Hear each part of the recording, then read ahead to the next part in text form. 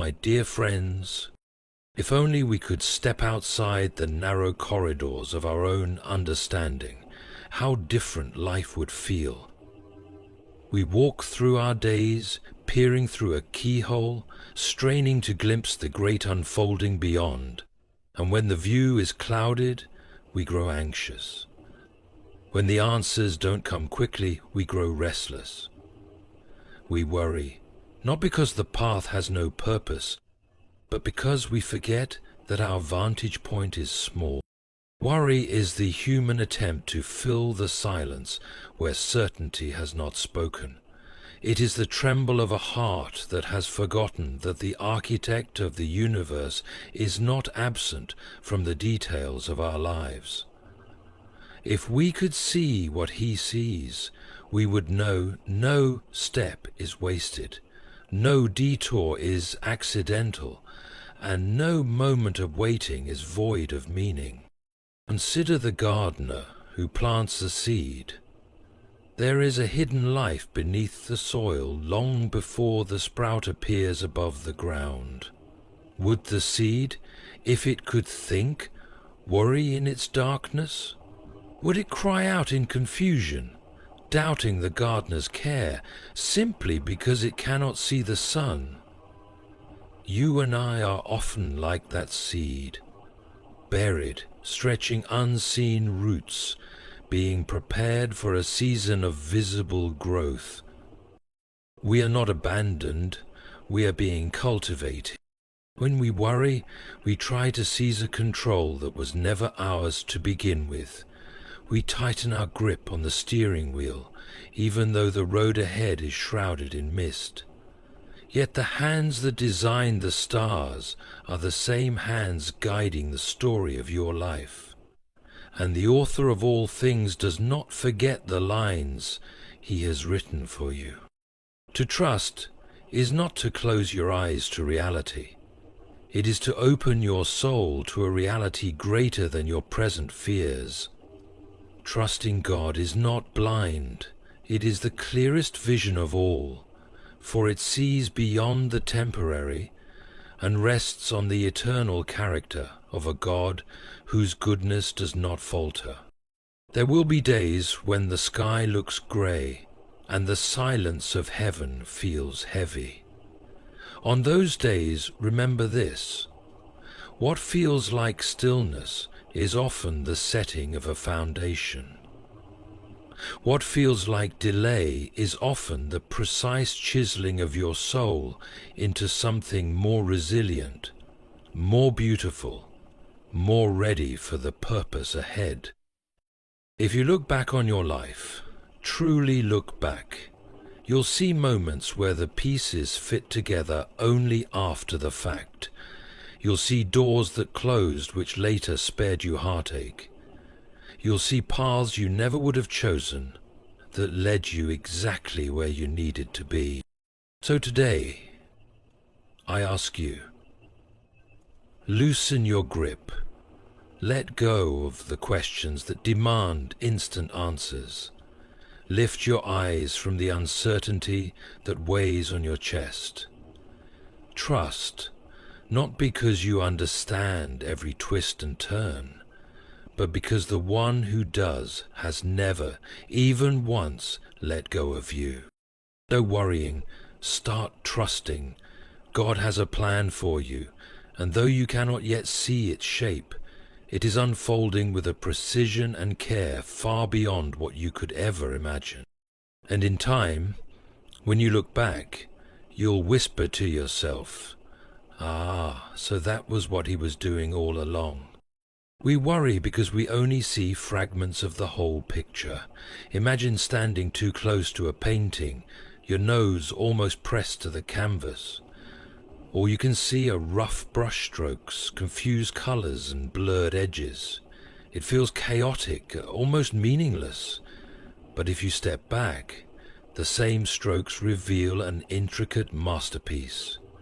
Our lives are much the same.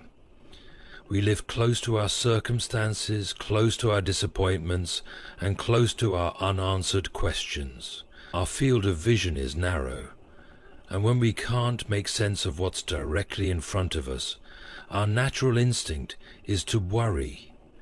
We begin to believe that if we don't figure everything out right now, things will fall apart. Worry is born from the belief that the future is uncertain and that we alone are responsible for controlling the outcome. It is the weight of trying to solve a puzzle without having all the pieces in our hand. This anxiety comes from a limited perspective, a misunderstanding of our position in the grand story. We see isolated events, singular pains, or scattered joys, and we try to connect them into a narrative, but we cannot see the entire tapestry. Only God sees how each thread, each strand, intertwines perfectly with the rest. When we forget that our understanding is partial, we fall into the trap of thinking that what is invisible to us is invisible altogether. Yet just because we cannot see the full picture does not mean that one does not exist. The human heart craves clarity. But clarity is not always what we need. What we need is confidence in the one who sees clearly, even when we cannot. Our anxiety stems not simply from the difficulty of our circumstances, but from the deeper issue of mistrust in the presence and purpose of God. We think that if we do not keep turning the situation over in our minds, if we do not exhaust ourselves worrying over the details, things will go wrong. But the truth is, whether or not we worry, God is still in control. Our fretting neither speeds up His work nor improves His plan. There is also a kind of pride hidden inside our worry. We imagine that by our own vigilance, by our own constant thinking and rethinking, we can outsmart uncertainty. But our minds are too small to grasp the totality of God's design. We simply were not made to carry that load. The more we accept that our knowledge is incomplete, the more we free ourselves from the exhausting task of trying to anticipate every outcome. It is not resignation. It is wisdom. Wisdom recognizes its limits and bows to a higher intelligence. God's plan is comprehensive, taking into account things we could never predict or calculate. Even our failures, our detours, our delays, all fit within His sovereign hand. Our job is not to decipher every possibility, but to trust that every possibility rests under His governance. Only when we let go of the need to understand everything can we finally experience peace. One of the greatest misunderstandings we carry is the assumption that if something is not happening on our timetable, it must not be happening at all. We tend to believe that if our prayers are not answered swiftly, if the doors we knock on don't open immediately, or if the plans we've carefully made stall, then perhaps God has forgotten us or abandoned His purpose for us. But this is a false conclusion, drawn from an incomplete understanding of how divine timing works. God's plan does not operate within the narrow framework of our human expectations. His timing is not rushed by our impatience, nor is it delayed by our frustration. His movements are deliberate and precise, and what we perceive as silence or stagnation is often the deliberate space where He is preparing us for something far greater than we could imagine. Preparation is a word we often overlook when we think about purpose. We want results, we want answers, and we want them in the way and at the speed we prefer. Yet in reality, the seasons where it feels like nothing is happening are often the most critical. These are the times when God is shaping our character, refining our motives, and strengthening our faith to handle the very blessings or responsibilities we are asking for. It is dangerous to receive something too soon, before we are ready to carry it well, just as a tree planted too hastily, without deep roots, is vulnerable to the first strong wind, so too are we vulnerable if given too much too quickly. God does not simply want to give us good things. He wants us to be the kind of people who can sustain, steward, and honor those good things. When we wrestle with divine timing, it is not merely a waiting for circumstances to change. It is an invitation to allow ourselves to change. Waiting is not wasted time, it is transformative time, and often when we finally do receive what we had been hoping for, we look back and realize how necessary the delay was. It prevented us from stepping into situations unprepared. It protected us from unseen dangers, and it polished parts of our soul that needed refining. The heartache of delay often masks the kindness of God's careful pace. Moreover, His timing is intricately connected not just to our own lives, but to the lives of others. Our story is woven into the stories of people around us in ways we cannot see. What feels like a delay for us might be perfect synchronization for someone else's journey. His orchestration takes into account not just the individual, but the collective. And this complexity is something we cannot begin to map out with our limited perspective. To trust God's timing, then, is to recognize that the slowness we feel is not neglect, but wisdom. It is the deliberate patience of an artist, crafting something beautiful in layers that will be revealed only when everything is ready, not a moment sooner or later. Faith is not the absence of uncertainty, but the presence of confidence in the one who governs what we cannot see. Many believe that if they only had more information or clearer signs, their worries would vanish. Yet life persistently refuses to hand us perfect knowledge about tomorrow. This is where faith stands distinct from mere optimism or vague hope. Faith is not a feeling of certainty about how things will turn out, but a deep assurance about the nature and character of God, no matter how things appear. We often confuse faith with foresight, expecting that trusting God will grant us a detailed map of what lies ahead. But faith is more like walking through a foggy valley while holding the hand of someone you trust completely. You cannot see the road, but you do not panic, because you are certain of the hand that guides you. The human mind constantly seeks control and clarity, and when those are absent, worry rushes in to fill the void. Worry is the brain's way of rehearsing every possible scenario in the hope that by sheer mental effort it can avoid disaster. But this is exhausting and fruitless. Faith interrupts this cycle, not by offering a guarantee of smooth circumstances, but by reminding us that the one orchestrating all events is good, wise, and loving. It shifts our focus away from outcomes and toward the unchanging nature of God. This shift is vital because circumstances will always fluctuate, but God's character is steady and unwavering. Faith requires a deliberate decision to anchor oneself in truth that stands higher than immediate appearances. It recognizes that while storms may batter the surface of our lives, there is an unshakable foundation beneath us. This is why faith is described as rest.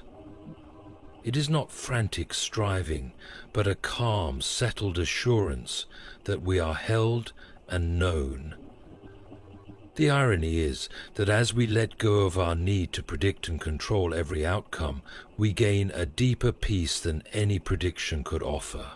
We begin to experience relief from the heavy burden of carrying life on our own shoulders. Furthermore, faith matures when it is tested by uncertainty. It is easy to say we trust God when all is going well, but genuine trust is forged when we are surrounded by ambiguity. These are the moments when we choose to act and speak as though God is faithful, even when our emotions protest. This kind of faith shapes our character, making us resilient and rooted. It teaches us that security is not found in the predictability of life, but in the person of God Himself. This trust also changes how we pray and think. Instead of demanding immediate answers or specific outcomes, we begin to pray with open hands, trusting that whatever comes, God's intention is for our ultimate good. Faith transforms worry into surrender and panic into patience. It creates a quiet courage that is not shaken by changing conditions, but is steadied by eternal truth. We often confuse waiting with inaction, but the truth is that waiting can be one of the most active, deliberate acts of trust we engage in.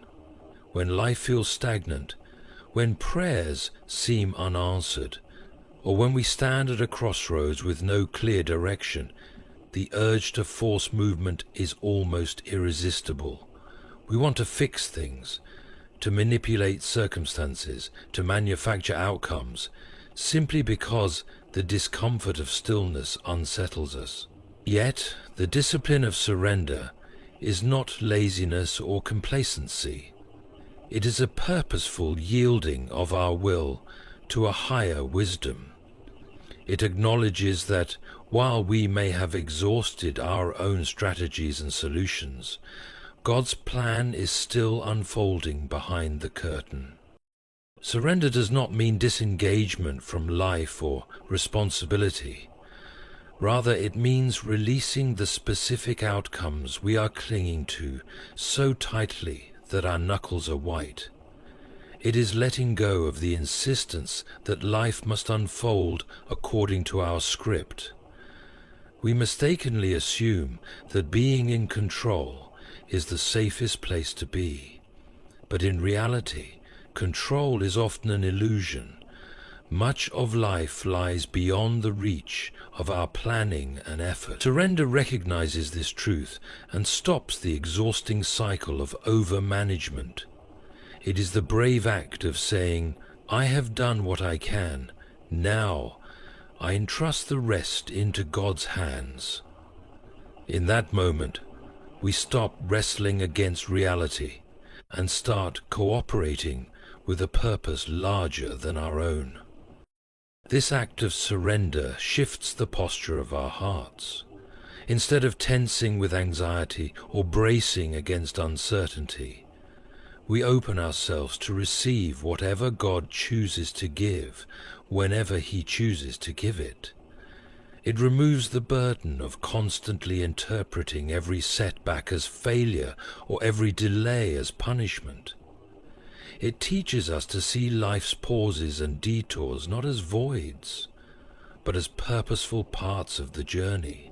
When we surrender, we stop measuring our worth by the progress we make or the speed at which we move forward.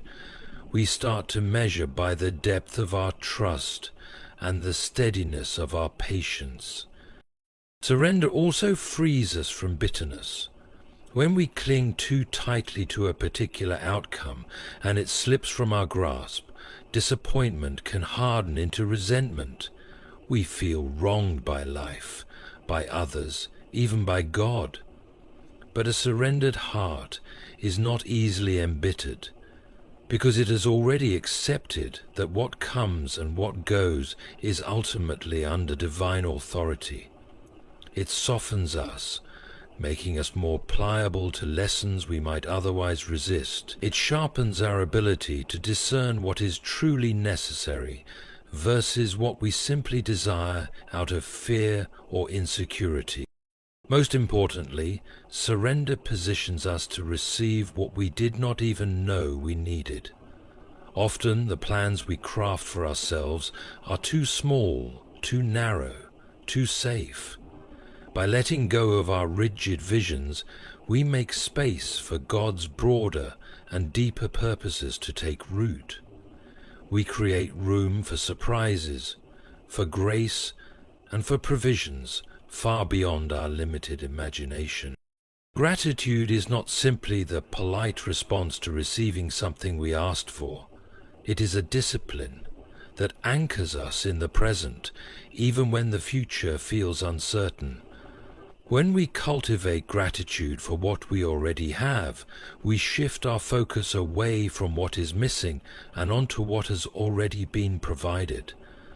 The human tendency is to fixate on lack, to dwell on unanswered prayers, closed doors, or the gaps between where we are and where we wish to be. But gratitude interrupts that cycle. It turns our eyes to the evidence of grace that is often hidden in plain sight. The very breath in our lungs, the relationships that sustain us, the lessons learned from past hardships. These are all signs that we have not been forsaken, even if everything is not yet as we wish it to be. Gratitude sharpens our vision. It trains us to notice the small, quiet blessings that can be drowned out by the noise of unmet desires.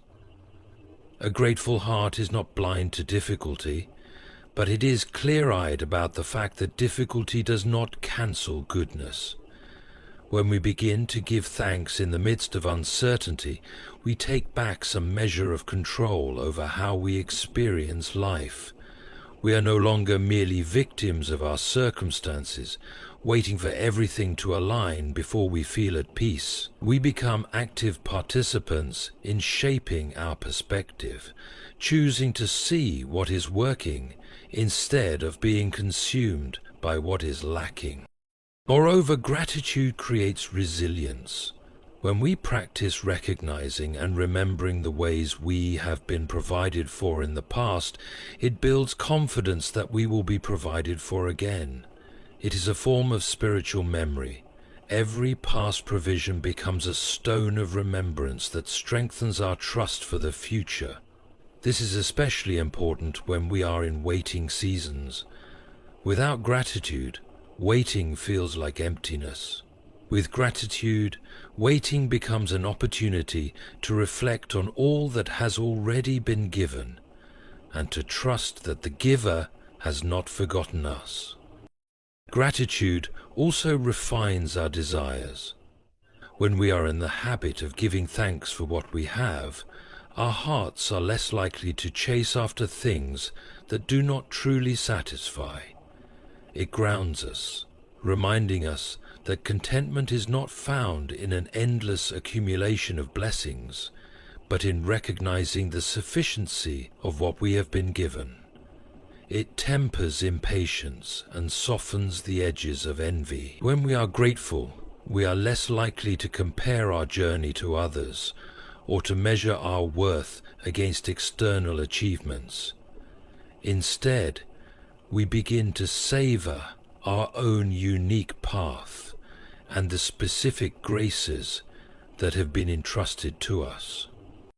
In this way, gratitude becomes a safeguard against despair and disillusionment.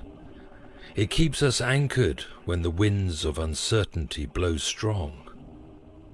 It reminds us that our story, no matter how incomplete it feels at the moment, is unfolding under the care of a generous and attentive hand.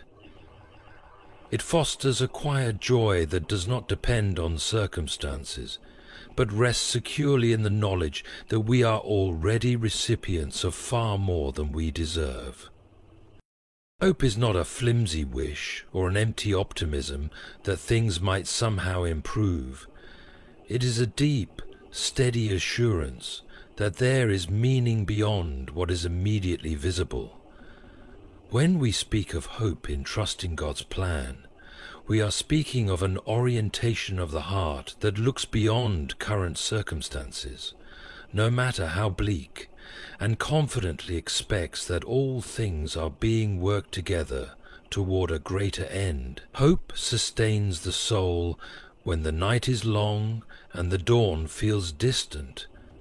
It is the quiet conviction that no suffering, no detour, no unanswered question is wasted, but is being woven into a story far richer and deeper than we can yet understand.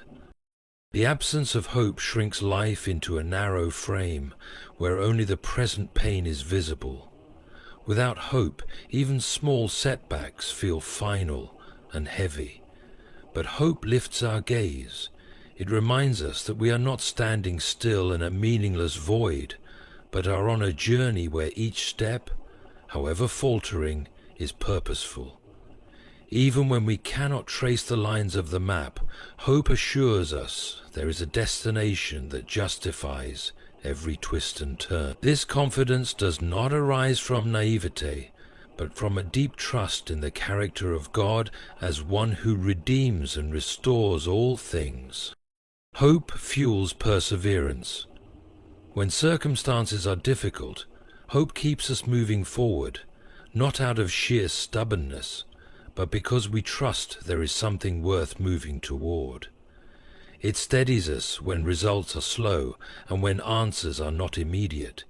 It prevents us from making impulsive decisions born out of despair or frustration. Hope keeps us anchored in the truth that the story is not over yet, and that the final chapters are still being written by hands far more skillful than our own. Hope also reshapes how we experience suffering. When pain and disappointment arrive, they do not crush us entirely, because hope tells us that this is not the end of the narrative. It frames our trials within the context of growth, refinement, and preparation for something greater. It allows us to hold sorrow and expectation at the same time, knowing that though we may weep now, joy is not lost, but simply delayed. Hope is not the denial of hardship. It is the belief that hardship does not have the final word. Moreover, hope transforms our relationships and interactions with others. A hopeful person is a source of encouragement and strength to those around them. They speak words that lift rather than words that discourage. They inspire others to trust and to endure, because their own lives are marked by an unshakable confidence in a good ending. Their presence communicates that no matter how fragmented life appears, restoration is possible. Hope nourishes patience, cultivates compassion, and breathes life into weary hearts. It keeps the flame burning gently within us, reminding us that the same God who has carried us this far will carry us all the way home. When we step back and consider it all, the call to release worry, the invitation to trust in a plan far greater than our own, the quiet power of surrender, the grounding force of gratitude, and the steady anchor of hope, we are left with a truth both humbling and liberating. Our lives are not random or forgotten. They are carefully tended by hands that see further and know deeper than we ever could. The weight we carry, the questions we obsess over, the futures we try to control, these are burdens we were never meant to shoulder alone. To trust is to rest in the assurance that nothing is wasted, nothing is unseen, and no step is without purpose. It is to accept that while we do not always understand the path, the one who designed it does. And because of that, we can release our anxious striving and walk forward with peace, knowing the story is unfolding exactly as it should.